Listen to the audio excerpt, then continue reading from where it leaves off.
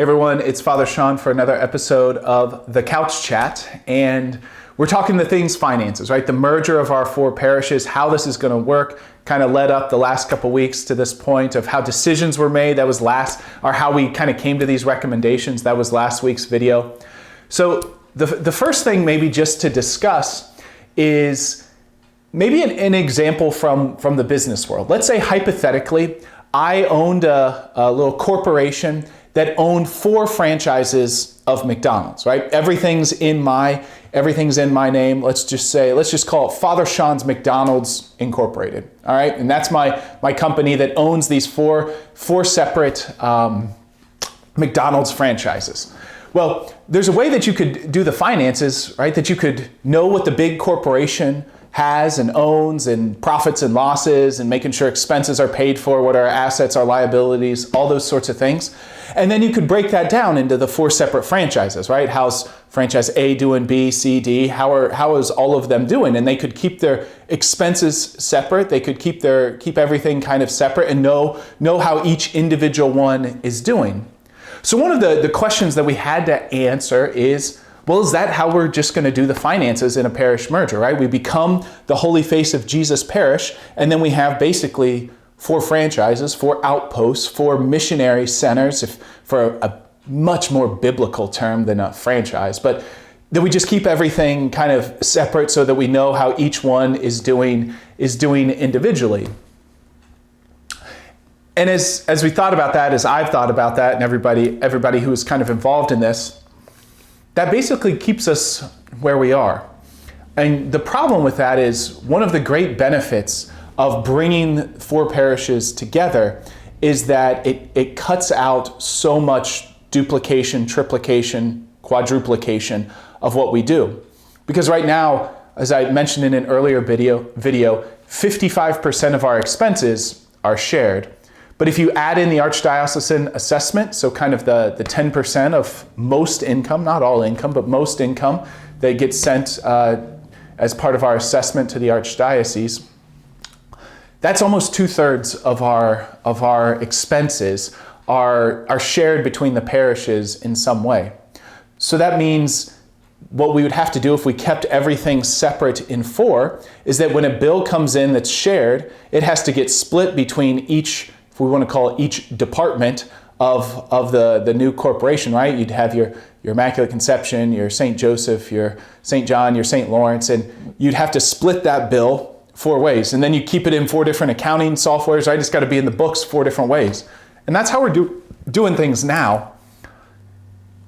And it's a complicated process. It's more complicated than it needs to be.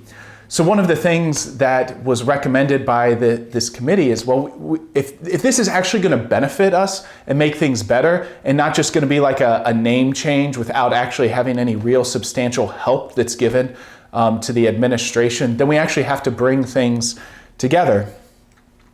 And so that showed in our year-end financial report. So I hope that you picked one of these up in September when they were near the doors, and we talked about it. I don't know how many are near the doors anymore. We kind of regathered them and tried to hand them out at the merger meetings. But these, I think, maybe give a helpful way of just look at how we plan to do things or what's being proposed, what's being recommended. So what this financial report has is there's 8 pages. Of course, page 1 a cover. Page 2 right here, a letter from me. And then the next 4 pages have all of the individual parish reports throughout the year. So basically, what everybody income was in offerings and special gifts, that we got rebates from the Catholic Ministries appeal, from votive lights coming in, all the other different things. So that's there for each parish, along with the expenses, right? Whether that's religious education, whether that's things that we needed to do for Mass, like buying more candles or incense or whatever it may be, or payroll. So all of those things are split out there in each individual parish's account, each individual parish's expenses and income. The different thing that we did in this fiscal year in our reporting is we basically took those and then added them all up on page 7. So I'm sure you can't see this right now on the screen, but basically page 7, it just took wages. Let's add them all up, put them in a new financial report. expenses for altar and the sanctuary and candles and anything else that we needed. Let's add them all up, put them in the financial sheet. And then the same thing with income, with offerings, with fees for CCD, all of that. And let's just add them up across the 4 parishes into a single financial report, except one thing. And this was, I think, a brilliant recommendation from the committee that was really thinking about those things. And that is down here on the expenses for the buildings and grounds. And so what they said for the expenses of buildings and grounds is people want to know that their church, their campus, the buildings there are going to be taken care of. So maybe it'd be wise, rather than just totaling all the 4 buildings and grounds expenses for the 4 parishes, of keeping them separate on the expense sheet so that people can see that there's money budgeted for the buildings and grounds in the upcoming year. Like, we've got budgeted to pay the electric bill. We've got budgeted for snow removal, right? So all of these things are budgeted, but to keep them separate rather than just to add them up. So that hopefully builds this confidence that, well, there's room in the budget, just like there was previously, to take care of each place's buildings and grounds. And so that was a great innovation. And then on the back page was basically a totaling of all the major capital improvement projects that were completed throughout the year. So what happened this year, actually last year also. So those capital expenses are, of course, important things, right? Those are kind of big things that are really noticeable. Some of the small things we don't always notice if something small breaks and it needs fixed,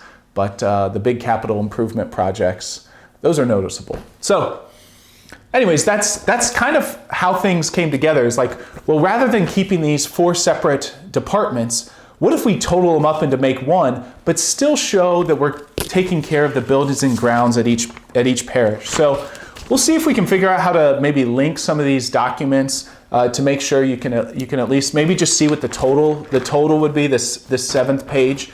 And so that was a great little innovation. A lot of work actually went into preparing this financial statement, because in the past, you wouldn't have been able to just total things right across the 4 parishes, because in the past there was 4 different people doing the finances. So we actually had to, our business team here had to go through and recategorize all the expenses so that they actually all lined up, so that everybody's, the way things were reported, like how we're reporting wages or how we're reporting fees and what's being grouped together. I was told that that's called mapping and matching in the financial world. That was a new phrase for me. But yeah, so a lot of hard work went into this so that it could just be totaled right across the rows. And I think it was very helpful for everybody to see this. So our financial report basically shows how we plan to do this and kind of bringing things together, and yet keeping separate that we plan to keep all the 4 buildings in good shape, maintaining and improving them. So that's happened over the last few years. All of our buildings have seemingly gotten better, gotten renovations, gotten some upgrades. There's, of course, work to be done, but I think we're on the right direction. So Father Sean, for another episode of the Couch Chat. Thanks for following along with these, and hopefully these are helping. So God bless. We'll talk to you later. Enjoy your coffee.